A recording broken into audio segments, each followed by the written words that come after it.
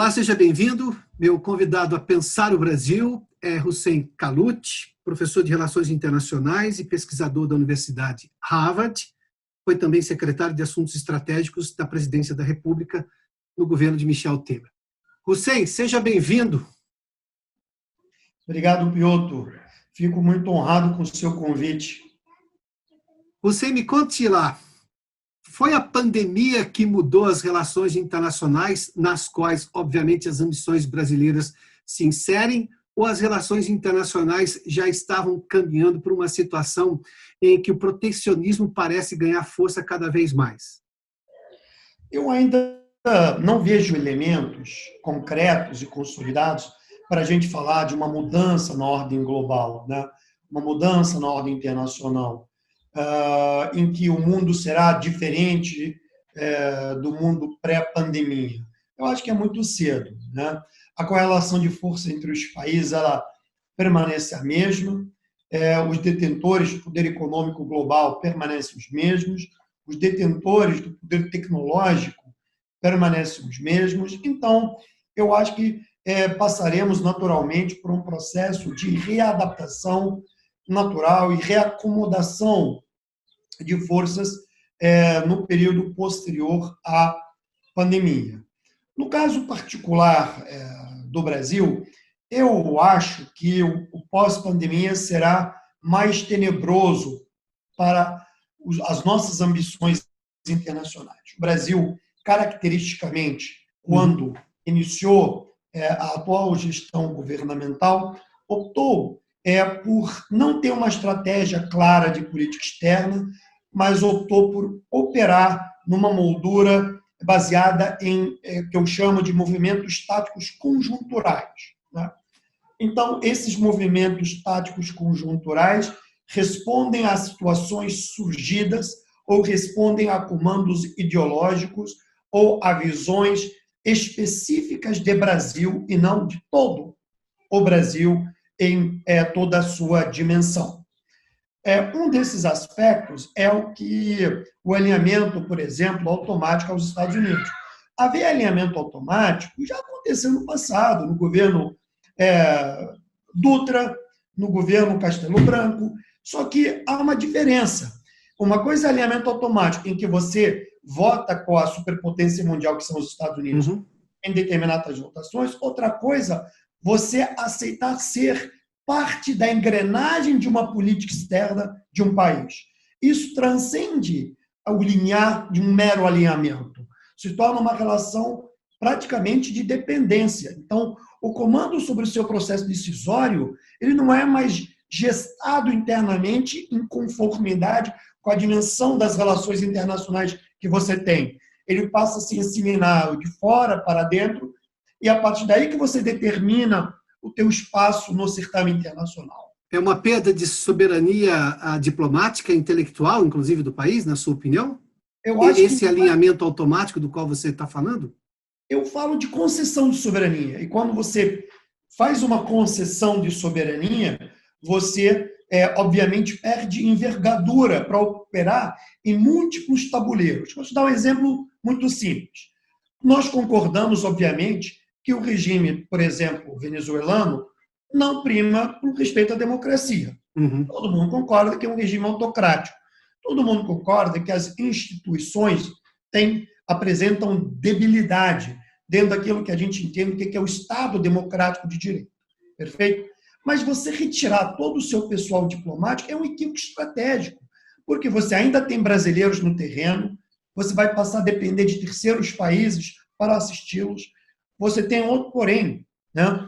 Você não tem acesso à informação em primeira mão. Pois bem, o Brasil retirou o pessoal. Os Estados Unidos retiraram o seu pessoal? Não.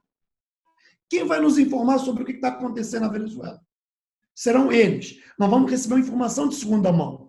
Então, apesar de você discordar da Venezuela, você não pode optar por uma evacuação tática, que nem estratégica você abrindo um gap para que atores, potências extrarregionais, passem a atuar no vácuo de poder que você deixa.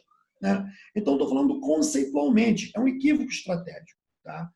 E voltando para o ponto inicial, quer dizer, eu acho que o Brasil está se isolando internacionalmente. Está se isolando. O Brasil está isolado na América Latina. Na América do Sul, o Brasil não é referência para nada em termos estratégicos ou em termos de como se combate a pandemia. Basta ver os números dos países vizinhos em justa posição aos nossos números. Né? Sim. Nós estamos confrontando o nosso maior parceiro comercial, que é a China, de forma desnecessária, e a China ela faz parte de uma cadeia econômica importante, que uma confrontação direta com a China não só compromete a tua relação com a China, é com a China e com aquela cadeia dependente da China, né? De forma desnecessária. Portanto, na Europa Ocidental, nós estamos praticamente sem interlocução com as principais potências europeias, então nós estamos isolados. Isso é o fato. E isso se deve a que exatamente, na sua opinião? Nós vimos vários movimentos da condução do Itamaraty por este governo. Óbvio que são várias ações, mas algumas ações em específico tornaram isso pior. Eu lhe perguntei sobre as relações internacionais no mundo pós-pandemia, porque nós temos um acirramento ainda maior em relação à China e Estados Unidos, e a pandemia é quase que um pano de fundo, porque, na verdade, ali tem um interesse muito maior sobre controlar as trocas comerciais, uma nova moeda internacional, ou seja, tem uma série de coisas, não é só tecnologia, a história da Huawei, da tecnologia chinesa de telefonia, de 5G, tudo isso é pano de fundo para um interesse muito maior. Hoje o dólar comanda as negociações comerciais no mundo. E, obviamente, que os dois países interessam ao Brasil, tanto os Estados Unidos quanto a China. Que tipo de movimento especificamente veio do governo brasileiro atual para nos afastar, inclusive, de europeus ou desta cadeia chinesa da qual você falou? Muito interessante a tua pergunta, muito perspicaz. Eu começaria a dizer o que está faltando. Primeiro, política externa não se faz no peito e na raça. Política externa não se inventa a partir do marco zero. Logo que o governo assumiu, quer dizer, o ministro das Relações Exteriores, ou a equipe que cuida da formulação da política externa, convencionou o entendimento de que tudo que foi feito do Barão do Rio Branco em diante está errado. É como se uma política externa não tivesse continuidade, é como se a política externa também no governo militar tivesse sido, digamos assim, nociva ao Brasil. Tá? Então, e o que eles pretendiam é reescrever a política externa desde o tempo do Barão. Né? Bom, primeiro, se você parte dessa premissa... O que é uma afronta à história. Nós temos uma história diplomática. Concorde ou discorde em este ou naquele ponto, mas a história existe e ela vai continuar existindo, né? Então, não dá para reescrever a história com cores ideológicas que te agradam. Entende? São fatos históricos. Você aprende com eles, você procura melhorar, mas você não pode simplesmente apagá-los ou torná-los como fatos inverídicos, porque aquela verdade não te agrada. Né? Não estamos na época da pós-verdade, e esse é um grande erro. Segundo, qual é o grande problema? O artigo 4º da Constituição define o que é a política externa. Define os compromissos internacionais do Brasil.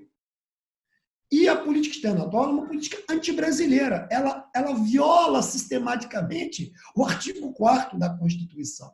Então, por que são erros? Os erros que não se cometem são erros porque não obedecem à Constituição. Simples assim. Entendeu? Quando a gente fala do princípio da não intervenção, o que significa o princípio da intervenção? Quando você olha a Venezuela, isso é intervenção. Quando se fala de se miscuir na política interna da Argentina, isso é violação da soberania de um outro país. Quando você apoia assassinatos seletivos não autorizados pelo Conselho de Segurança das Nações Unidas, ou ataques militares não autorizados, isso viola os princípios do direito internacional. Então, quando você tem compromissos com os direitos humanos e você faz um duplo entendimento dos direitos humanos, isso é uma violação à Constituição. Eu me recordo muito bem do painel que a gente fez com os ex-chanceleres, mais o ex-ministro Cubis Recupero, aqui em Harvard, em que a gente discutia essa condição da legalidade. E o professor Celso Olavo, que é professor de Direito Internacional, apesar das políticas externas brasileiras, desde o Sarney a Temer, tiverem diversas semânticas, diferenças de ênfase e prioridades, elas foram constitucionais. E aí, na sequência, esse mesmo grupo acabou escrevendo um artigo publicado simultaneamente nos 4 grandes jornais do país, com a assinatura do presidente Fernando Henrique, do ministro Rezec, que foi ministro do Supremo Tribunal Federal e foi ministro da Corte Internacional de Justiça na Haia, mais o ex-chanceler e ex-governador de São Paulo, José Serra. É um grupo muito heterogêneo, que tem visões diferentes das relações internacionais do mundo, mas tem denominadores mínimos e princípios basilares que regem a política externa que não estão sendo observados. Existe uma doutrina e o que há, uma quebra nas colunas da doutrina, na tentativa de forjar uma nova doutrina baseada em parâmetros que não coadunam com a Constituição. E quando você faz isso, você não tem estratégia, você não parte de nada a lugar algum. Porque aí, volto para o meu ponto inicial, vira movimentos táticos conjunturais. Né? Então, indo mais incisivamente, a questão dos erros, por exemplo, é muito anacrônico você dizer que quer o fortalecimento do acordo do Mercosul-União Europeia, por exemplo, e você confrontar a França e a Alemanha, suas 2 maiores economias da União Europeia, e são baluartes do acordo. Sem França e Alemanha não tem acordo. Então, é um discurso dúbio, é um discurso paradoxal. Né? Pois não, você. Isso é simplesmente uma prova de que o discurso e a ação não estão em perfeita sintonia, operam em frequências diferentes. Uhum. Você, por que você acha, eu suponho que a nova ordem diplomática do Itamaraty neste governo tenha uma intenção que suponho seja semelhante às de outros governos, ou seja, o desejo do Brasil de ser importante no cenário internacional, de ter peso maior, de liderar alguma coisa neste sentido. Os meios estão sendo discutidos, você tem criticado esses meios, inclusive nos artigos que você publica no Estadão, mas eu lhe pergunto uma coisa mais profunda. Por que o Brasil não é capaz de liderar internacionalmente, sendo que tem tamanho para isso, história para isso e, mais que isso, tem tecnologia para isso? Ou seja, nós somos hoje o celeiro do mundo, que não é pouco. Do ponto de vista estratégico, ter um país que é o celeiro do mundo, isso é gigantesco. Nós temos tecnologia e provamos isso ao mundo todo, ou seja, temos a Embraer, temos a Petrobras, ou seja, e isso não nos falta. Por que não lideramos internacionalmente, embora sejamos um país internacionalizado muito mais do que fomos no passado? Piotr, é o seguinte, todas essas condições que nós temos precisam ser convertidas em eixos de poder. Toda, digamos, essa capacidade inventiva do brasileiro, os recursos naturais que nós temos, né?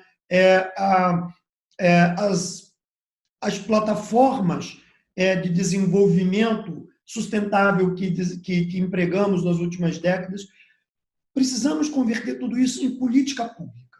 Tá? Primeiro ponto central que nos impede de competir com as grandes potências ou de ser o Brasil grande, começa com uma coisa básica, educação. Eu não conheço nenhuma grande potência que não seja também uma grande potência em educação. Toda e qualquer grande potência, ela é uma grande potência educacional. Começa por aí. Se você não é uma grande potência educacional, você está desperdiçando todos esses recursos que você tem à sua disposição. Aí tem outro fator. Obviamente, você precisa converter esses recursos em políticas públicas. Quer dizer, uma boa educação vai lhe dar capacidade de melhor formulação de política pública. Melhor formulação de política pública, você vai empregar esses recursos que estão à sua disposição e isso vai te elevar a tua estatura no mundo para o nível de uma, digamos, não de uma potência, né? De um país desenvolvido. Toda grande potência, todo país se define como uma potência, tem 5 pilares centrais que o colocam no patamar de destaque nas relações internacionais no mundo. O poder econômico, o poder militar, o poder tecnológico, o seu poder diplomático e o seu poder de inteligência. Esses são os 5 pilares que regem. Tá? Muito bem. Olha, vou te dar um exemplo. Vamos começar pelos Estados Unidos. Os Estados Unidos é uma potência militar, é uma potência econômica, é uma potência tecnológica, é uma potência de inteligência, tá? E é uma potência diplomática. Então, se você olha esses pilares, eles estão basicamente equalizados na mesma faixa. Vamos pegar, por exemplo, a China. Tá? A China é uma potência militar, é uma potência econômica, é uma potência tecnológica, talvez não esteja no mesmo patamar dos Estados Unidos, é uma potência de inteligência, talvez não esteja no mesmo patamar dos Estados Unidos. Né? Então, o que eu quero dizer? Que nos Estados Unidos, esses pilares que regem o poder de um Estado, eles estão equalizados no ponto máximo de evolução. A China estão todos, digamos, no ponto superior. Pode haver uma diferença entre eles, mas eles são próximos, numa faixa nivelada aí de 0 a 10, entre 10 e 7. Dos Estados Unidos estão nivelados entre 10 e 9, ou 10 e 8. Vamos pegar, sei lá, a Alemanha. Você vai pegar esses 5 elementos de poder que estão ali, vão variando entre, sei lá, 10 e 7, 10 e 6. Agora, olha o Brasil. Nós somos uma potência com capacidade diplomática, isso é fato. Não temos uma capacidade, uma estrutura diplomática. O Brasil está entre as 10 potências econômicas, mas não temos mais nada nos outros 3. Nós não chegamos num patamar tecnológico de independência absoluta em comparação a esses países. Nós não temos o poder militar que eles têm e nós não temos o poder de inteligência que eles têm. E falta-nos ambição para isso, Hussein? Também até para poder complementar esses 5 itens dos quais você falou e que nos faltam pelo menos 3, pelo que vi aí, não é isso? No mínimo 3. E aí eu volto ao ponto central. Eles são muito assimétricos entre si, entendeu? O teu poder diplomático, na verdade, ele depende, para ele funcionar bem, ser bem empregado, dos outros. Do teu poder econômico, teu poder tecnológico, teu poder de inteligência. Entendeu? Então, o poder diplomático nosso talvez poderia ser muito melhor empregado e muito mais eficaz se os outros também fossem, de fato, equalizados no mesmo nível. O que eu acho que falta? Falta visão estratégica de país. No Brasil, o ciclo político brasileiro ele não pensa no longo prazo, não pensa em continuidade de políticas de Estado. Então, o que nós pensamos em políticas públicas ou estratégias de Estado de governo para governo. Hussein. E quando você pensa assim, você perde o quê? A continuidade, a impulsão de projetar o seu poder no mundo. Vou te dar um exemplo muito simples. Agrobusiness. Por que você acha que o Brasil é hoje a maior potência, digamos, no agrobusiness? Porque houve um trabalho de quase 2, 3 décadas contínuo, paulatino, integrado, coeso, entendeu? E aí você consegue ver o resultado, entendeu? Enquanto você não tem essa estratégia, na educação não tem essa estratégia, por exemplo, isso compromete essa capacidade, entende? Então é isso. E quando você fala, nos falta isso e faltam políticas públicas, o que é culpa do governo? Porque não raro a gente tem uma mania, eu não sei o quanto que isso é internacional, mas eu sei o quanto isso é brasileiro, de olhar para Brasília e culpar Brasília pelos problemas. Bom, mas Brasília só não vai resolver. E outra, Brasília é feita de brasileiros, são brasileiros que vão para lá. A sociedade brasileira pensa dessa maneira. As universidades brasileiras, por exemplo, quando falam sobre política diplomática brasileira, elas desenvolvem uma lógica de discussão diplomática para criar uma política diplomática à brasileira, ou simplesmente se aliam a alguma ideologia que já existente, já dominada por um outro país? Não falta também esse desejo de ampliar a capacidade brasileira via universidades? Bom, vamos lá. É muito, muito importante a pergunta que faz. Eu acho que todo país que se propõe a dar esse salto, ele tem uma elite pensante, uma elite que olha para além do microinteresse paroquial, econômico, empresarial. Tá? Primeiro que a nossa elite ela não tem uma mentalidade moldada a pensar para além do seu interesse microeconômico. Isso é um ponto. Segundo, o Estado também tem a sua parcela de responsabilidade. Uhum. O Estado ele não investiu nas universidades como deveria investir, ele não efetuou as reformas que deveria efetuar. Eu te dou um exemplo muito simples. As universidades americanas, aqui, não vou pegar a Harvard, que enfim, talvez não sirva de parâmetro, mas em universidades médias dos Estados Unidos, elas têm um aporte de recursos privados muito grande. Elas são, além de universidade, são laboratórios de inovação, de ciência, de criatividade. Existe um investimento direto. Existe no nosso modelo universitário uma dicotomia entre privado e público. A universidade privada no Brasil não investe em ciência, ponto. Ela é uma empresa que vende diploma em troca de pagamento de mensalidade. Ela é uma prestadora de serviço para qualificar alguém para ter o diploma para ir para o mercado de trabalho. Não estou generalizando. Óbvio que tem algumas particulares que se destacam, mas, na média, é isso. Universidade particular. Aqui, nos Estados Unidos, a maioria é privada. E você vê ciência. Harvard é uma universidade privada. Está entendendo? Uhum. Stanford é uma universidade privada. Yale é uma universidade privada. Agora, existe o quê? O investimento. Então, no Brasil tem esse porém. Então, o nosso modelo mental, ele padece, digamos, de ler a importância da educação e da ciência para além meramente do efeito comercial de vender diploma. E aí eu entro no espaço público. Hoje, por exemplo, os recursos públicos aportados para as plataformas científicas nas universidades públicas é algo ridículo, é muito pequeno para você desenvolver qualquer projeto, de fato, contundente. E aí você tem um outro porém. Você não pode fazer uma doação privada para a universidade pública, para estimular o conhecimento. Entendeu? Então, nós temos que reorganizar o nosso modelo universitário. E tem questões ideológicas também de não aceitar a empresa privada dentro da universidade, mesmo que seja com recursos, né? Não deixa de ser uma verdade. Óbvio que não deixa de ser uma verdade. Quando eu falo o Estado, eu estou falando todo o aparato do Estado brasileiro, todos aqueles que trabalham no serviço público brasileiro, seja ele entre os três poderes, mas também na área educacional. Não há dúvida também que determinadas universidades têm uma certa aversão a esse tipo de inovação ou a esse tipo de mudança em seu sistema de ensino e de pesquisa.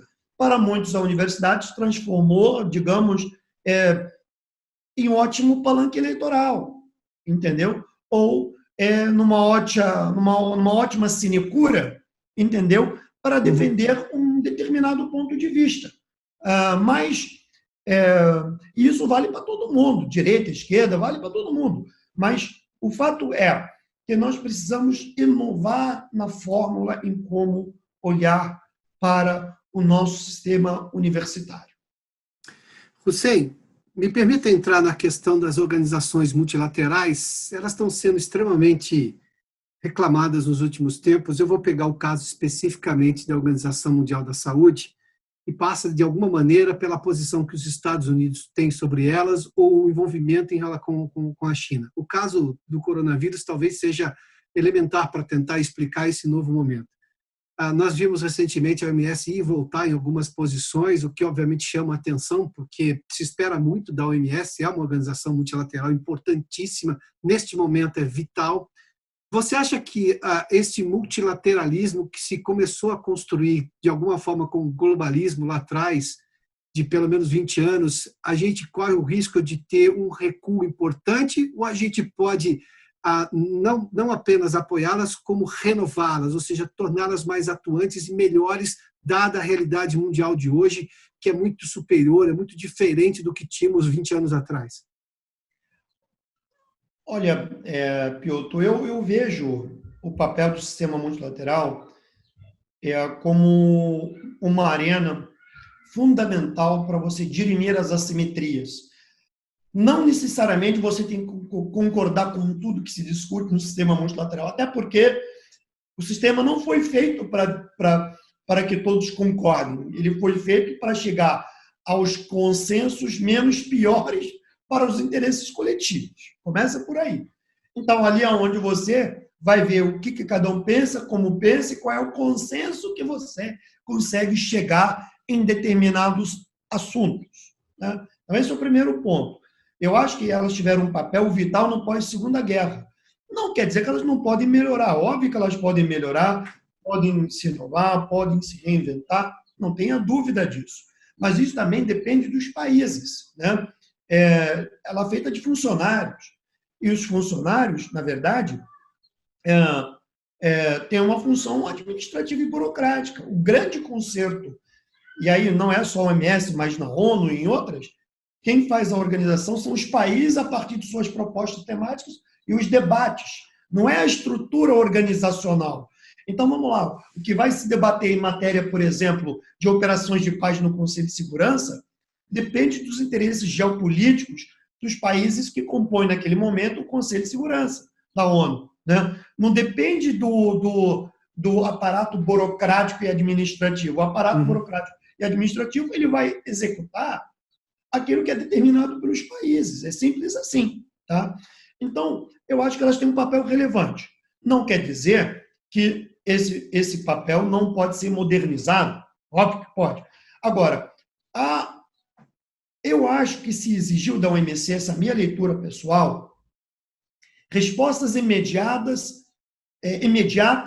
a um ciclo de pandemia em curso em que a ciência é impossível de responder de forma acurada para tudo dentro de um curto espaço de tempo. Quando a gente fala que você tem que acreditar na ciência, porque a ciência é o quê? É teste, provação, pesquisa, teste, chega a um resultado. E no meio do caminho você, obviamente, precisa coletar dados, às vezes você comete equívocos, e você avança até chegar a um resultado final. Se fosse fácil assim, já teríamos chegado à vacina para o Covid-19 em 2, 3 meses. Está entendendo? Por que as projeções são feitas para 1 ano, às vezes 2? Porque precisa testar. E às vezes os testes demandam tempo, a pesquisa demanda tempo. Então, uma estrutura como a OMS, ela é incapaz, obviamente, de responder de uma forma, digamos, certeira a todo qualquer problema imediatamente. Ela requer tempo. Eu não estou eximindo ninguém de sua responsabilidade de fazer o seu trabalho. O que eu estou dizendo e sem ela, seria melhor? E o que ela já fez historicamente? Não ajudou muitos países? Então, por que nós não focamos esforços e canalizamos esses esforços para tentar ajudar e aprimorar e a melhorar? Então, para mim, a saída, por exemplo, dos Estados Unidos da OMS, ela não está correlacionada ao que a OMS está dizendo ou deixando de dizer. Isso faz parte de uma geografia de disputa política, né? O que não interessa ao Brasil tomar partido nisso, eu suponho, não é? Que não interessa ao país, ao Brasil, tomar partido nisso, porque a discussão não é sobre a OMS, é uma questão de espaço político, uma guerra diplomática. Não nos interessa de entrar nessa esparrela que não nos atende, entende?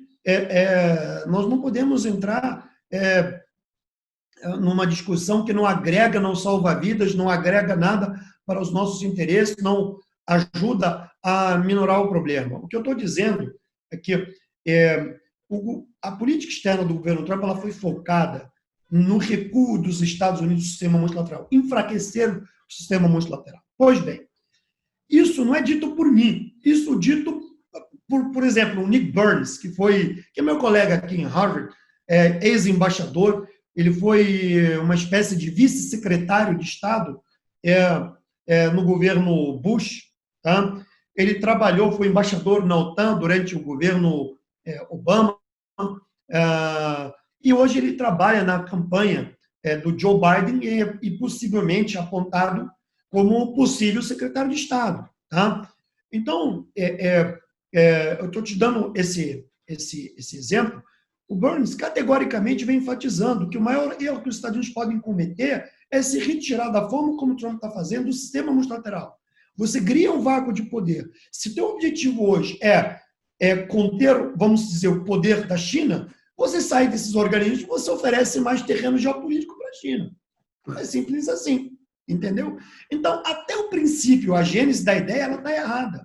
No governo Obama, e pega o governo Bush, vamos fazer uma comparação histórica. O governo Bush violou, digamos, o espírito do multilateralismo ao invadir o Iraque, ao fabricar provas inverídicas sobre armas de destruição em massa.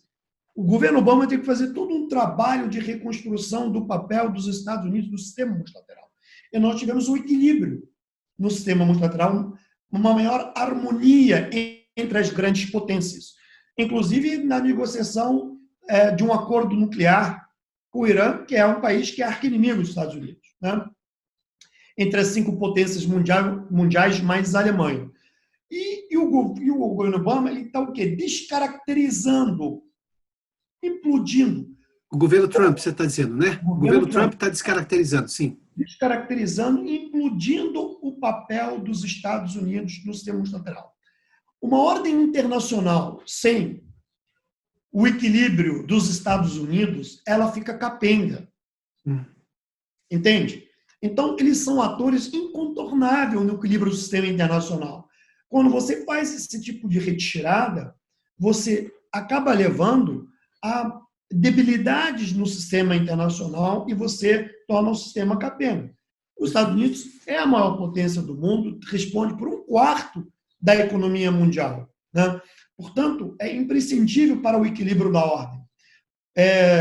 E o que eu quero dizer? Eu quero simplesmente dizer que, se tiver uma mudança, obviamente a aposta do Trump sair da OMC é basicamente de vender um discurso eleitoral na véspera de uma eleição de que a OMC cometeu erros que levaram a um passivo de 100 mil mortos, a uma crise de 30 milhões de desempregados, a um conflito racial. É isso? Não é por aí, não é? Então, e eu tenho convicção plena, se o candidato Joe Biden, ex-vice-presidente do governo Obama, vencer a eleição, ele vai mudar todo o formato da política externa e, sobretudo, aquilo que diz respeito ao sistema multilateral. Entende? Então, o Trump oferece uma visão de um multilateralismo que nunca foi praticado nem pelos mais, digamos, conservadores governos republicanos, como o Reagan, por exemplo. Bom, daí que é muito interessante para o Brasil ter um certo distanciamento, porque a política americana é decidida pelos americanos, né? Não dá para ficar a reboque. Hussein, muito obrigado pela gentileza da entrevista aqui ao Pensando no Brasil. Uma vez mais, você me atender. Obrigado mesmo.